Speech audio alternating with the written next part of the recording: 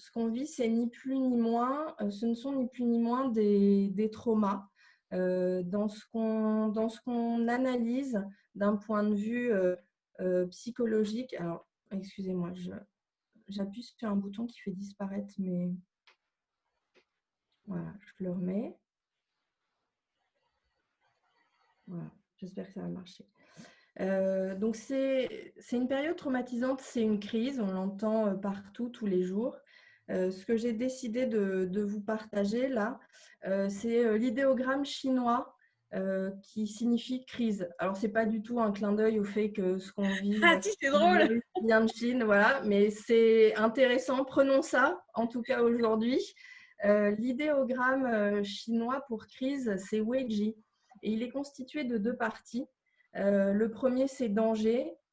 Ça, je ne vous apprendrai rien et c'est assez difficile de passer à côté. Mais c'est aussi quelque chose qui est porteur d'espoir parce que pour eux, c'est aussi l'opportunité. C'est l'opportunité d'aller vers de la nouveauté, de mettre en place des choses nouvelles. Et ça, quand on est dans un tunnel un peu noir, je vous invite à le garder en tête parce que de toute façon, l'homme est tellement adaptable qu'il va mettre en place des choses toujours pour s'en sortir et c'est ce qui fait la force de l'être humain. Donc, je vous disais, on est sur une période traumatisante, ça ravive des traumas. On le vit et vous le voyez en discutant avec vos proches, on vit la situation de manière extrêmement variée. Et suivant les personnalités, suivant les conditions physiques, psychiques, matérielles dans lesquelles on le vit différemment.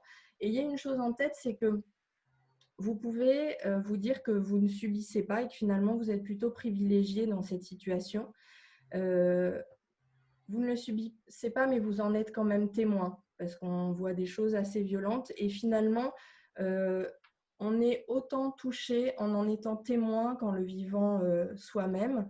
Et on peut vivre d'ailleurs parce qu'on est finalement assez privilégié de la culpabilité ou même de l'impuissance. Et ça, c'est tout aussi difficile à vivre et traumatisant. Donc, même si vous pensez que vous êtes privilégié, ayez ce regard aussi et cette douceur avec vous pour vous dire que ça n'en reste pas moins une situation difficile. C'est une situation difficile parce qu'il y a énormément de violence. On a, pour ceux qui travaillaient par exemple, les collaborateurs ont dû quitter leur poste de travail en 24 heures sans dire au revoir à certains de leurs clients, de leurs collègues. C'est une situation, on a basculé en 24 heures dans une situation inconnue avec beaucoup d'incertitudes. Ça a été très mouvant pendant plusieurs jours et ça a vraiment ébranlé notre stabilité. Et on a eu à faire face à énormément de pertes. On peut dire de deuil que l'on vit à des degrés divers. On a perdu des projets en entreprise. Moi, j'entends beaucoup auprès de mes clients des projets qui sont tout simplement annulés sur les 2 ans à venir. Et ça, c'est extrêmement difficile. On a pu perdre des biens. On a pu perdre pour certains la santé et on a même vu aussi des pertes des personnes qui nous sont chères ou des personnes proches ou plus éloignées. Et donc, nous sommes tous embarqués finalement dans des processus de deuil avec des durées, des étapes qui sont différentes. Mais ça aussi, c'est beaucoup de violence. Et ça fait naître énormément et ressurgir énormément d'émotions. Il peut y avoir de l'anxiété, il peut y avoir de la panique, de la peur. On peut être aussi dans le déni et ça, c'est une forme de protection. Alors, pourquoi pas? On fait un peu comme on peut. Il peut y avoir de la culpabilité aussi. On a pu trouver cette situation complètement absurde, irréelle et incroyable. Et peut-être que vous l'aurez remarqué chez vous, mais moi, par exemple, je n'ai pas pu accompagner mes clients pendant 2-3 semaines parce que je n'étais pas du tout disponible. Et c'est une période aussi pendant laquelle il est normal d'avoir du mal à dormir, de faire beaucoup de cauchemars. C'est l'inconscient qui travaille et on est dans une période tellement difficile qu'on a besoin la nuit d'évacuer et de libérer son esprit. Donc là aussi, je vous invite à de l'indulgence pour vous, pour ce que vous vivez, accueillir cette fatigue, cette période très particulière et évidemment vous dire que vous aurez à être disponible pour vos collaborateurs, mais dans cette situation-là et vous n'êtes pas épargné. Alors pour les accompagner et pour moi, c'est un élément central de la relation. Je vous invite à aller, écouter l'autre. On a été, privés de communication et les collaborateurs aujourd'hui, ce dont ils ont besoin, c'est d'être reconnus et accueillis dans ce qu'ils vivent. Donc la parole va être extrêmement importante, quelle que soit la manière, dont vous communiquez encore avec vos collaborateurs. Je vous invite à avoir ce temps d'écoute. Moi, c'est ce que j'appelle un peu la météo, c'est de savoir comment ils sont aujourd'hui. Ils seront différents de ce qu'ils étaient hier et ils seront très différents de ce que vous avez connu comme situation au bureau. Il y a énormément de choses qui viennent s'inviter dans la relation dans cette période. Il y a quelque chose qui est intéressant que j'appelle interroger l'évidence. Il y a des choses qui vont peut-être vous paraître évidentes, que la personne a de quoi s'installer, a de quoi cloisonner la vie perso, la vie privée. Mais rien n'est évident. Elle a peut-être des préoccupations assez graves dans sa famille. C'est un moment aussi, on l'a tous vécu, où la vie pro et la vie perso se télescopent. Et c'est important pour qu'il y ait cet accueil et derrière une relation de confiance qui reste entre vous, votre collaborateur ou vous, vos équipes, qu'il y ait cette écoute et finalement que chaque jour, vous alliez à la rencontre de votre collaborateur ou de vos équipes comme s'ils étaient nouveaux. C'est un peu le regard de l'enfant qui va poser plein de questions, qui va être curieux. Ne partez pas de postulats, allez toujours dans cette rencontre avec un non-jugement, parce qu'on est tous dans une situation assez fragile et que chacun a ses représentations. Vous pourrez être étonné en posant des questions et encore des questions, en développant cette curiosité dans la relation de ce que vous pourrez finalement découvrir, peut-être de négatif qui sera à accueillir, mais aussi de ressources et de positifs chez vos collaborateurs et dans les équipes. Est-ce Alors, que vous pour toi, d'une certaine façon, s'intéresser, par exemple, au fait qu'il y a un bureau ou un endroit pour pouvoir faire son live, enfin, je veux dire, faire ses calls, c'est reconnaître, c'est participer à reconnaître que c'est difficile et donc les reconnaître dans leurs difficultés? dans leurs difficultés et moi, ce que je fais dans cette relation à distance, c'est que la première question que je pose, c'est est-ce que c'est bon pour toi? Est-ce que tu es bien installé? Est-ce que c'est OK? Est-ce que tu m'entends bien? Est-ce que tu risques d'être dérangé pendant notre échange pour que la personne ne soit pas dans la retenue, dans la pollution et le stress de se dire dans 10 minutes, ça va peut-être sonner à ma porte. Parce que donc, c'est vraiment très important de laisser la place à l'autre pour savoir avec quoi il est aujourd'hui et quelles sont ses contraintes. Donc ça va dans ce niveau de détail-là parce que c'est quelque chose qu'on ne peut pas nier aujourd'hui. Et c'est quelque chose qu'on va garder parce que le télétravail va se multiplier. Et là, en plus, c'est un télétravail forcé. Dans le télétravail, on met en place des conditions matérielles particulières. Mais là, on a dû tous faire un peu comme on pouvait avec des entreprises qui sont plus ou moins préparées à ça. Donc, c'est pour moi la première question. Et une des premières questions qui est très utile après avoir vérifié que toutes les conditions matérielles sont là, c'est de demander à la personne comment tu te sens. Et c'est encore mieux de demander qu'est-ce que tu ressens. Et ça, c'est pour avoir accès aux émotions, faire parler la personne, parce qu'une émotion, elle est très importante, elle est là pour nous délivrer un message. Si on a de la peur, si on a de la colère, si on commence la relation, un meeting, une réunion avec de la colère, si je la mets de côté, elle va être présente, elle est là pour me délivrer un message. Et si je la mets de côté, si je la sors de la pièce, elle va revenir sans cesse frapper à la porte et elle va polluer la disponibilité que j'aurai à l'autre. Donc, c'est extrêmement important et moi, je préconise aux managers de commencer par ça, de s'assurer que la personne est bien installée et après de lui demander qu'est-ce que tu ressens, comment tu te sens, c'est comment pour toi de vivre ça en ce moment. Qu'est-ce que ça te fait vivre? Qu'est-ce qui est difficile pour toi? Qu'est-ce qui est plus facile? Qu'est-ce que tu découvres? Donc, c'est les fameuses questions en cas, d'aller questionner, de laisser. Et après, vous aurez rétabli le lien qui a été un peu délité avec vos collaborateurs. Et ce lien, il pourra être basé sur de la confiance.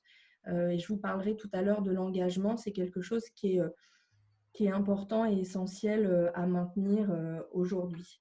Donc, développez cette curiosité et accueillez vos collaborateurs, votre équipe, comme s'ils étaient nouveaux et comme si vous ne les connaissiez pas. Parce que finalement, on n'est jamais le même chaque jour et on arrive avec notre bagage de la veille, de la nuit.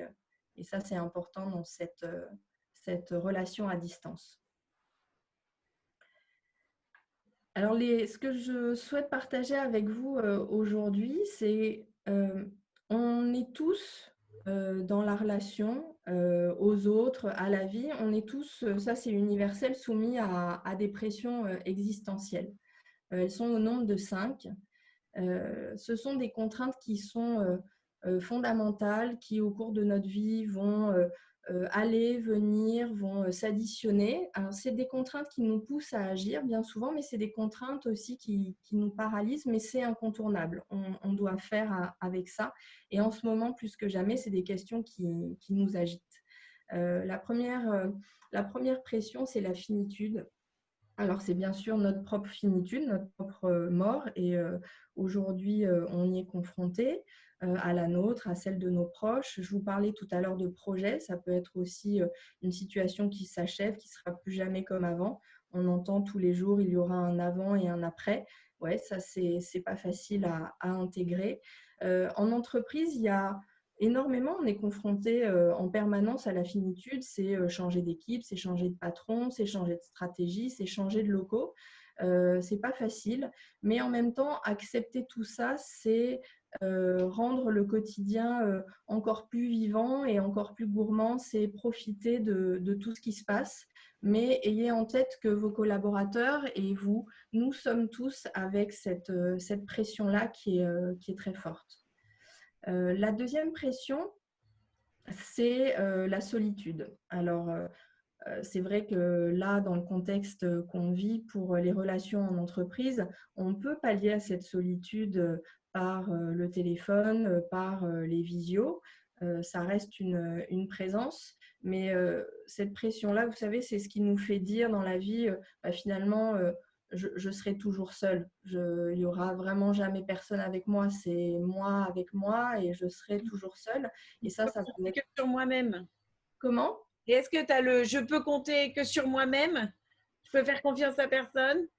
Ouais, alors ça, c'est teinté d'autre chose encore, mais c'est se rendre compte à un moment, oui, que les gens qu'on aime, les relations viennent, mais finalement, je suis toujours seule, en fait. Et je suis seule avec mes choix, je suis seule avec mes angoisses, je suis seule avec mes problèmes. Et ça, c'est difficile et ça peut isoler parce qu'on peut se sentir seul même quand on est entouré finalement. Je ne sais pas si vous avez déjà eu ce sentiment, mais d'être au milieu d'une foule, au milieu d'amis, et on se sent seul parce qu'il y a des choses qui nous traversent, qui nous préoccupent. Et ça, c'est une pression qui est assez forte. Ensuite, il y a l'imperfection de la vie et on l'a fait aller avec évidemment la perfection. C'est cette contrainte où on aurait tous envie d'être parfait dans notre job, mais être parfait, c'est une certaine immobilité. C'est un peu comme la mort, c'est-à-dire qu'on a tellement envie d'être parfait que finalement, ça va nous immobiliser. Et la vie, c'est pas ça, c'est être en mouvement, mais on a quand même tous toujours cette envie de faire les choses bien, de les faire parfaitement, et c'est une pression énorme. Alors, ce que je vous invite à faire, c'est plus que jamais aujourd'hui, c'est de mettre de la vie, de mettre du mouvement. On a dû tous essayer, tâtonner, mettre en place les visios, mettre en place de nouveaux rituels avec les équipes. Essayez, tâtonnez, soyez indulgents. Faites participer vos collaborateurs, faites participer l'équipe pour amener de la nouveauté. C'est aussi ça, c'est mettre de la vie, c'est aller vers la nouveauté, essayer de nouvelles choses et mobiliser vos équipes là-dessus. Il y a toujours vraiment des idées super à partager. Sur le comment on pourrait mieux travailler ensemble à distance.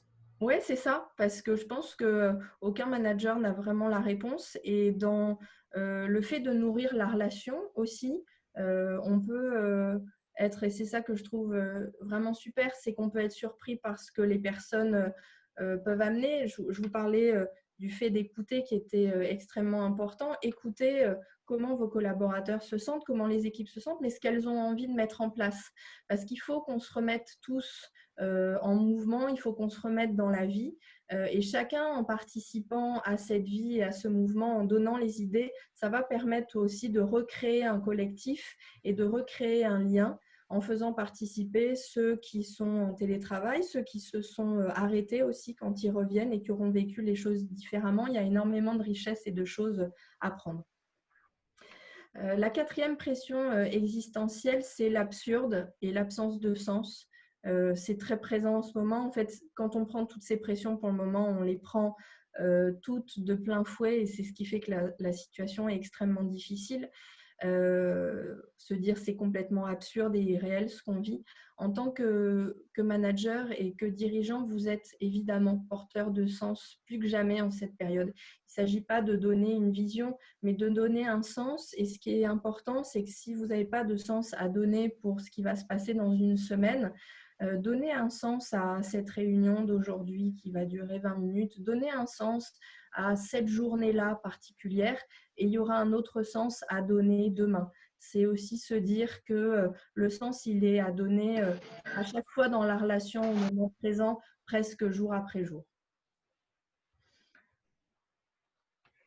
Ensuite, la dernière pression, c'est la responsabilité et la liberté. Alors, la liberté, on en a été privé, mais c'est aussi la responsabilité de se dire qu'est-ce que je fais aujourd'hui, qu'est-ce que je choisis, qu'est-ce que je mets en place. Je suis libre de faire, de ne pas faire, de changer. J'ai la liberté de choisir tout ça et je peux me sentir libre finalement grâce à cette responsabilité que j'ai de faire des choix au quotidien et de les assumer. Alors, ça peut être source de peur et de culpabilité, mais c'est ce qui permet aussi de continuer à avancer et de se sentir encore vivant et en mouvement. Je vous partageais les pressions existentielles. En fait, l'homme est très bien fait. C'est que par rapport à ces pressions, on a des mécanismes de régulation du contact qu'on met en place. Et j'ai un œil sur le timing, Amélie. Tu me dis, ouais. Je t'ai envoyé un texto il y a 5 minutes. Gros-toi, okay. T'es à en retard. Okay. Il reste 5 minutes. Ouais. Et ben, je vais passer rapidement et puis on aura peut-être l'occasion plus tard d'échanger. Mais on a des mécanismes de régulation du contact parce que l'être humain est très bien fait. Donc, comme je vous disais, d'écouter vos collaborateurs, voyons-nous chacun et chaque collaborateur, chaque équipe comme un organisme qui est en relation avec son environnement et on va mettre en place des mécanismes de régulation pour être en fait dans une situation de survie. C'est pour ça que aller questionner une personne qui parle peu, une personne qui va être dans le déni ou la colère, c'est très important, mais c'est peut-être juste un moment de régulation qui est vital pour elle. Donc, aller interroger tout ça, on met en place des mécanismes en ce moment pour tenir le coup. Je vous parlais tout à l'heure de mouvement. Pour conclure, je ne sais pas si vous avez remarqué, mais on ne parle pas du tout de motivation en ce moment. Ce n'est pas du tout la question. La motivation, si on regarde l'étymologie, ça signifie se déplacer et être en mouvement. Bon, c'est assez évident de se dire qu'on n'est pas du tout là-dedans. Moi, il y a une image qui m'est venue. C'est de se dire qu'on est en pleine tempête et que chaque personne avec ses collaborateurs et ses équipes, ce n'est pas le moment encore de se remettre en marche, mais j'ai choisi ce dessin que je trouve assez esthétique et assez beau. Pour moi, l'image de ce qu'on vit en ce moment, c'est qu'on est tous, sans mauvais jeu de mots, à bord d'un bateau avec des rames et que ce qui est essentiel, c'est de vous assurer que chacun des collaborateurs est à son poste, est là et a juste les mains, vous savez, sur les rames, prêt à redémarrer, mais que chacun est là, que chacun s'accroche, que chacun est dans les bonnes conditions parce qu'il faudra se remettre demain en mouvement. Mais ce qui est essentiel, c'est cet engagement, ces mains sur les rames de chacun des collaborateurs, de sentir qu'il est là, qu'il vous entend, que vous l'écoutez et que pour leur donner le cap demain et se remettre en marche, vous avez dans votre vue de nouveaux indicateurs. Ce ne sera pas les indicateurs de demain. On doit placer l'individu vraiment au centre des enjeux de demain. Les indicateurs sont différents. Si vous regardez toujours dans la même direction, vous serez à côté. Il y a des changements profonds qui ont besoin d'être mis en place. Et ce qui est porteur d'espoir, et c'était mon introduction, je vous parlais d'opportunités, c'est que l'homme a un pouvoir de résilience qui est énorme et que l'on peut mobiliser de manière individuelle et collective pour se remettre en marche demain. Et il y a énormément de leviers à actionner pour voir le futur d'une manière positive ou en tout cas prometteuse. Bah, écoute, c'est passionnant, on pourrait y rester la journée, hein. Je pourrais en parler la journée en fait. Et merci à tous d'être là régulièrement. On a des fidèles qui sont là à chaque fois, des nouveaux qui viennent et qui s'en vont. Merci. Merci de prendre ce temps avec nous et à très bientôt. Salut Diane. Merci à tous. Merci Amélie.